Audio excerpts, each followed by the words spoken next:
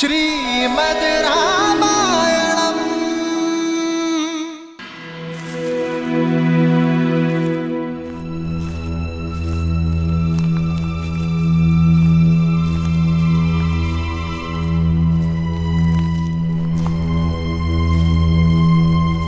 आप मेरी बात सुन नहीं रहे हैं भैया।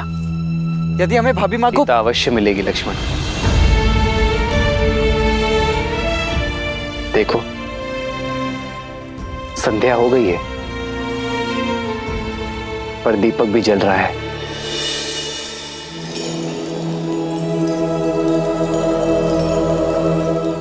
ऐसे ही अपने मन में इस आस रूपी दीपक को सदा प्रज्वलित रहना चाहिए।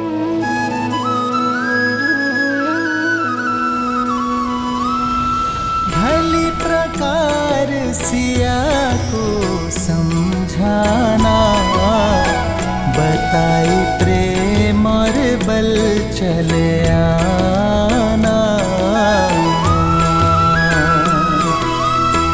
हनुमत जन्म सफल करी माना, चले हृदय धरि कृपा निधाना।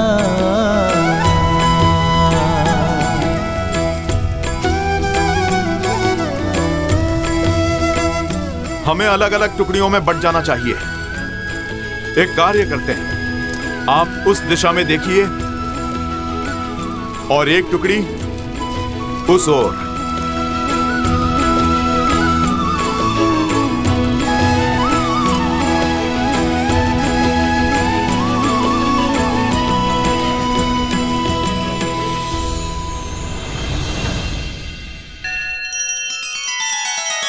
श्री रामचंद्र कृपालु भजु मन हरण भव भय दारुणम। नव कंज लोचन कंज मुख कर कंज पद कंजारुणम। सिया राम, सिया राम, सिया राम, सिया राम। आदर्श और मर्यादा की है ये कथा महापावनम। काट मद श्री से मिला दे श्रीमद् रामायणम। श्रीमद् रामायणम। सिया राम, सिया राम, सिया राम, सिया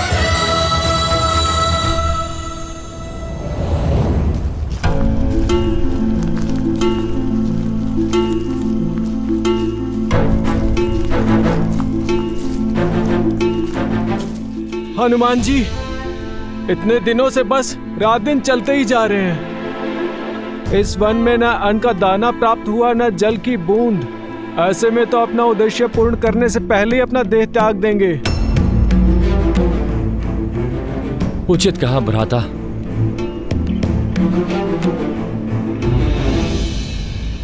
महाबली हनुमान, वो देखिए।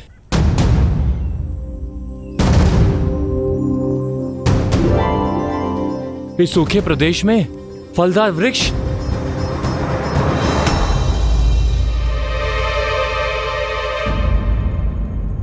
आज तो मैं पेट भर के खाऊंगा। चलो नील चलो। रुको, चारों ओर सूखे वृक्ष के बीच एक फलदार वृक्ष का होना संदेहदायक है।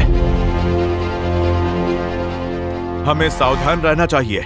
हनुमान जी, आप व्यर्थ में ही चिंता कर रहे हैं। प्रभु की भेंट है, ग्रहण करने दीजिए।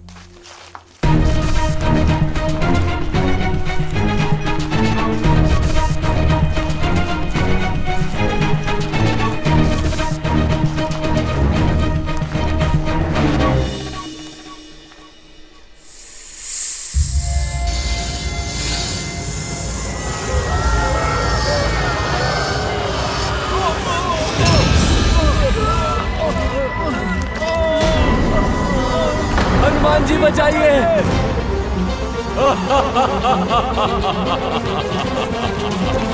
हनुमान जी बचाइए। हनुमान जी बचाइए।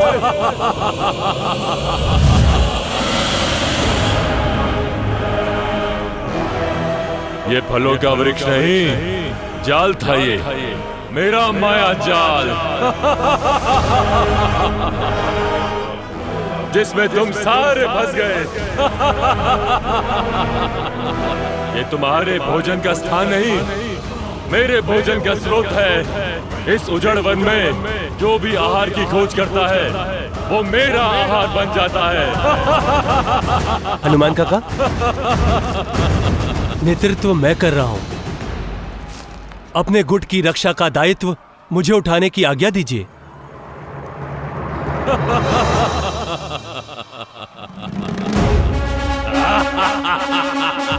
जय श्री राम।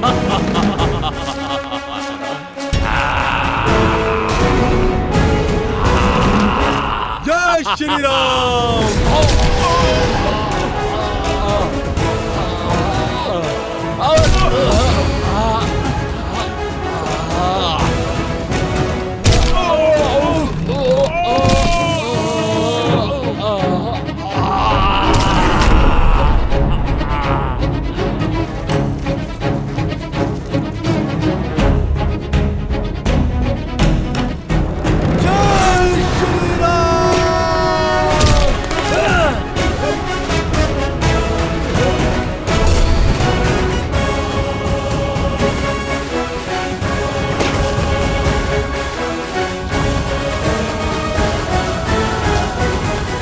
हम सबको आप पर गर्व है युवराज अंगद। अति उत्तम अंगद, आज तो तुमने सिद्ध कर दिया कि किष्किंधा का भविष्य योग्य हाथों में है। सब आप ही से सीखा है हनुमान काका। आपकी शिक्षा और दीक्षा की वजह से ही आज ये संकट टाल पाया हूँ। संकट अभी टला नहीं है। कुछ समय पूर्व हमारे साथ 30 वानर थे, किंतु अभी आधे ही शेष बचे हैं। जैसे जैसे समय बीत रहा है हमारे साथी पीछे छूटते जा रहे हैं, और ऐसा ही चलता रहा तो श्री राम को दिया वचन निभा नहीं पाएंगे हम। आप ही कोई मार्ग निकालिए हनुमान जी।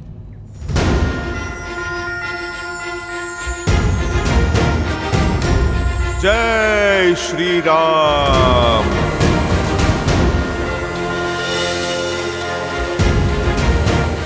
प्रभु की भक्ति ही हमें यहां तक लाई है, तो आगे का मार्ग भी हमें प्रभु की भक्ति ही दिखाएगी।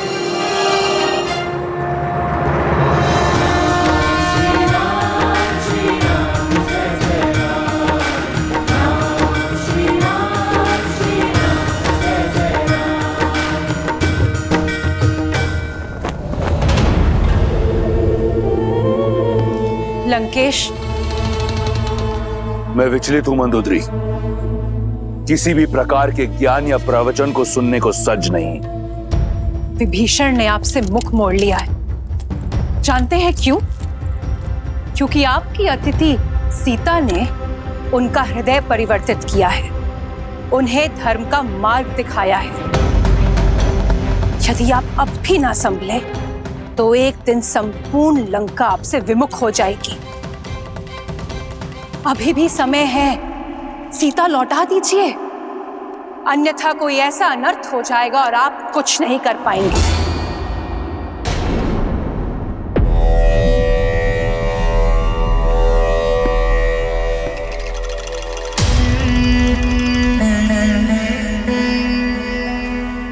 समझता हूं तुम्हारी व्याकुलता,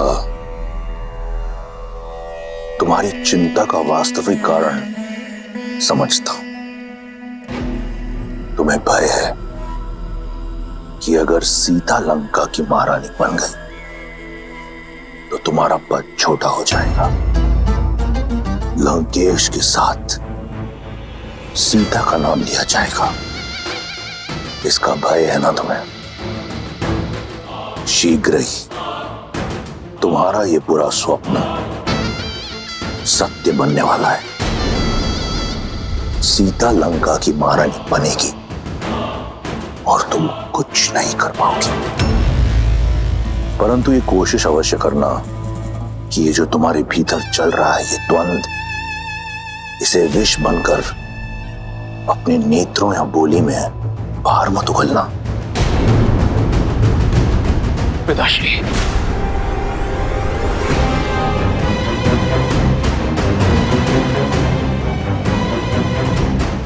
तो अब मेरे पुत्र को भी मुझ पर संदेह होने लगा।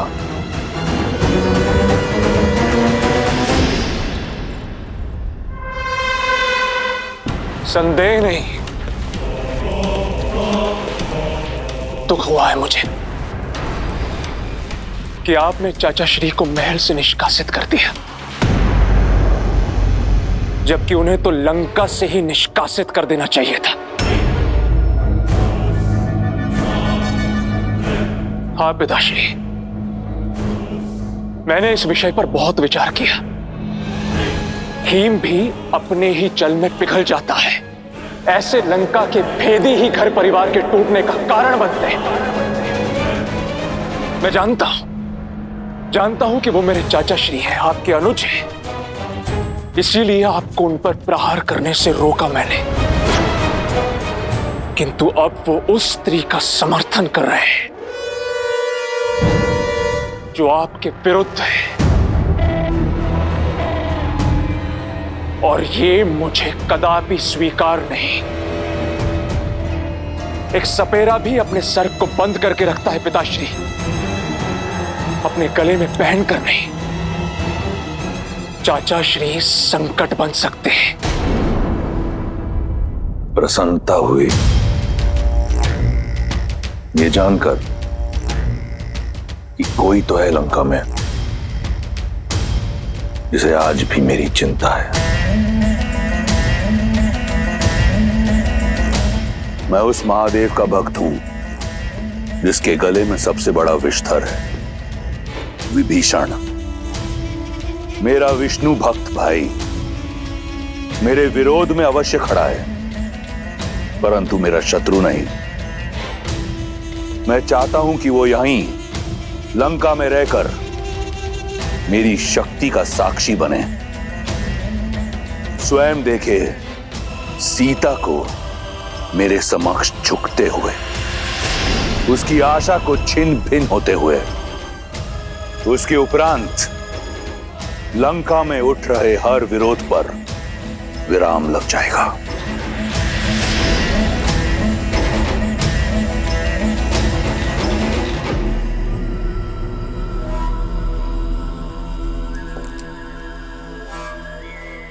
आप वो देख लेते हैं पिताश्री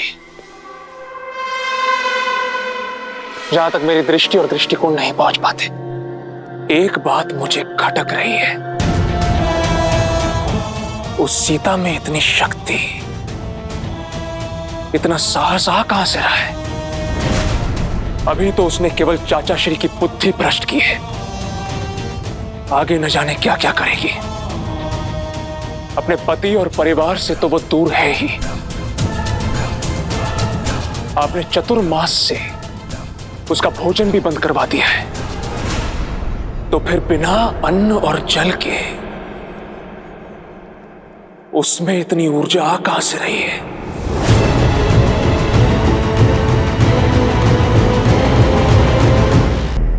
पिताश्री,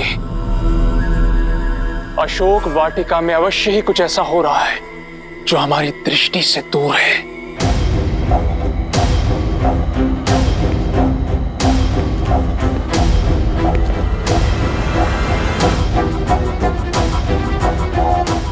तुम्हारी दृष्टि उस ओर गई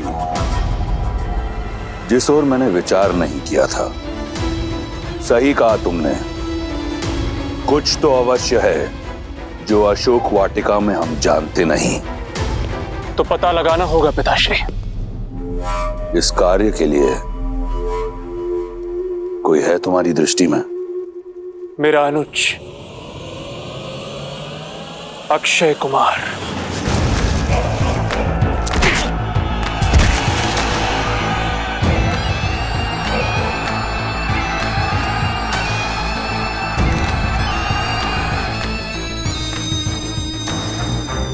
क्यों ना ये कार्य उसे सौंपा जाए? सही कहा तुमने, इस कार्य के लिए मेरा प्रिय अक्षय कुमार उचित रहेगा।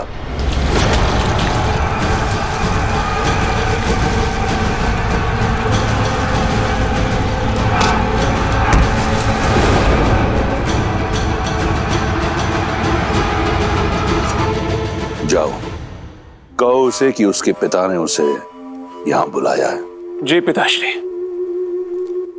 रुको मेघनाथ, मैं भी चलूंगा तुम्हारे साथ।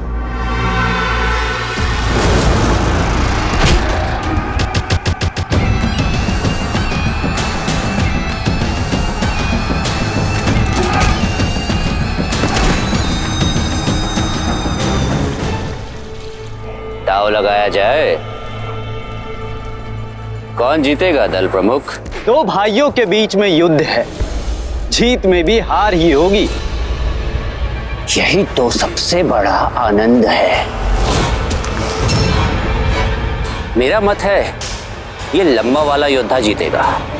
इसका गठीला शरीर, लंबाई इसकी सहायता करेंगे।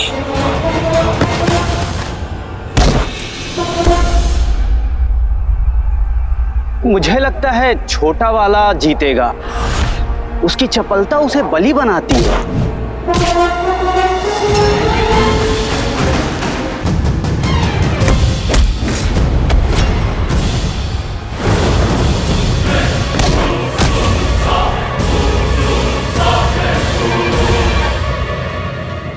अद्भुत।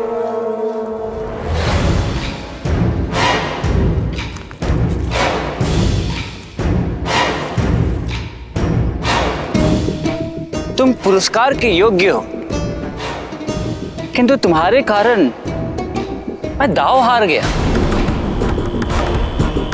तो पुरस्कार नहीं, दंड लेना होगा।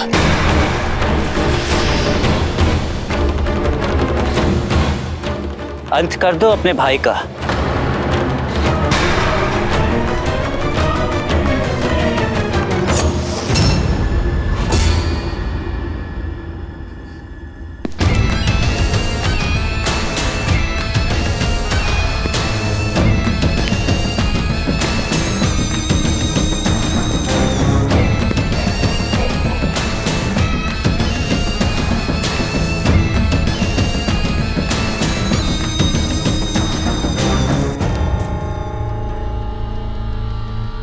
यदि मैं जीत जाता तो यहां उत्सव होता, परंतु अब बात कुछ और है। मार डालो अपने भाई को। मारो इसे। यदि ऐसा है तो मुझे पराजय स्वीकार है कुमार। अद्भुत। अब मैं जीत गया, किंतु एक पराजित योद्धा का लंका में कोई स्थान नहीं। तुम्हें जाना होगा। यमलोक।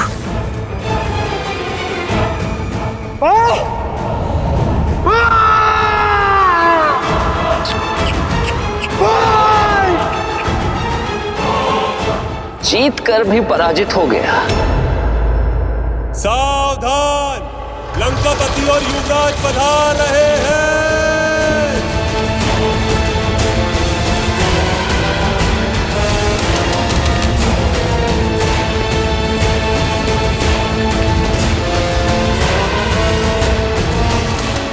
क्षमा कीजिए पिताश्री, फिर आप ही बताइए ना, और क्या करता मैंने बोला था उसे मार दे अपने भाई को, और नहीं माना वो। मैंने उचित किया ना पिताश्री?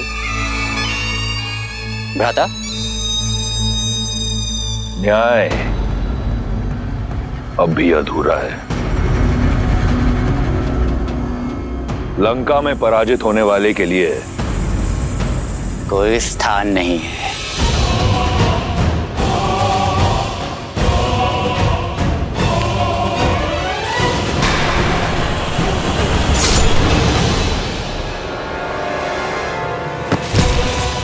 ये हुई ना लंकेश के पुत्र वाली बात।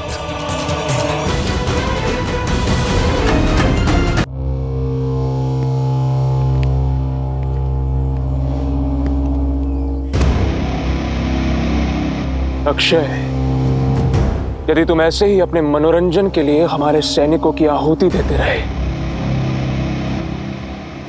तो लंका के सैन्य बल का क्या होगा?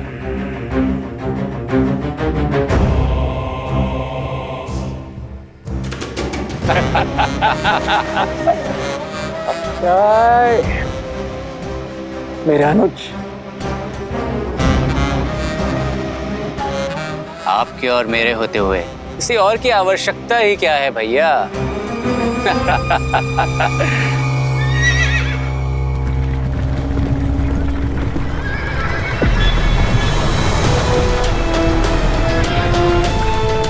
ये क्या है?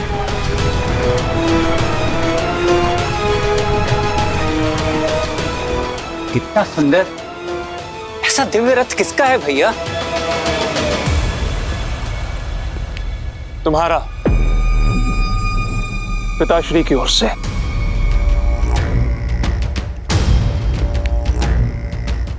धन्यवाद पिताश्री। ऐसा रथ तो 10 लोकों में किसी के पास नहीं मिलेगा।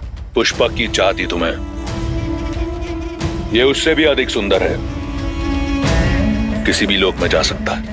लंका का एक और नियम है, निःशुल्क कुछ नहीं मिलता यहाँ पे। इतना अद्भुत उपहार ऐसे ही नहीं देंगे। बताइए महाराज, क्या आदेश है? तुम्हारा लक्ष्य है सीता।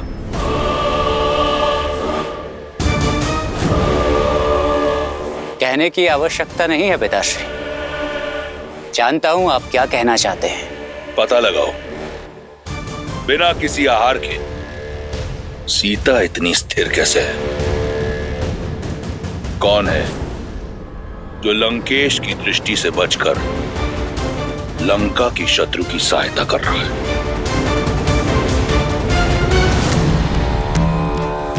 लो सीता, भोजन ग्रहण कर लो।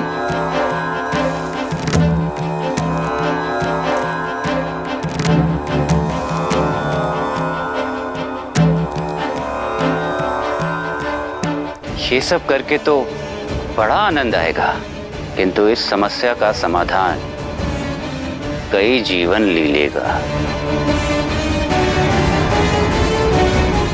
चिंता मत कीजिए पिताश्री, आपकी सीता को कुछ नहीं होगा।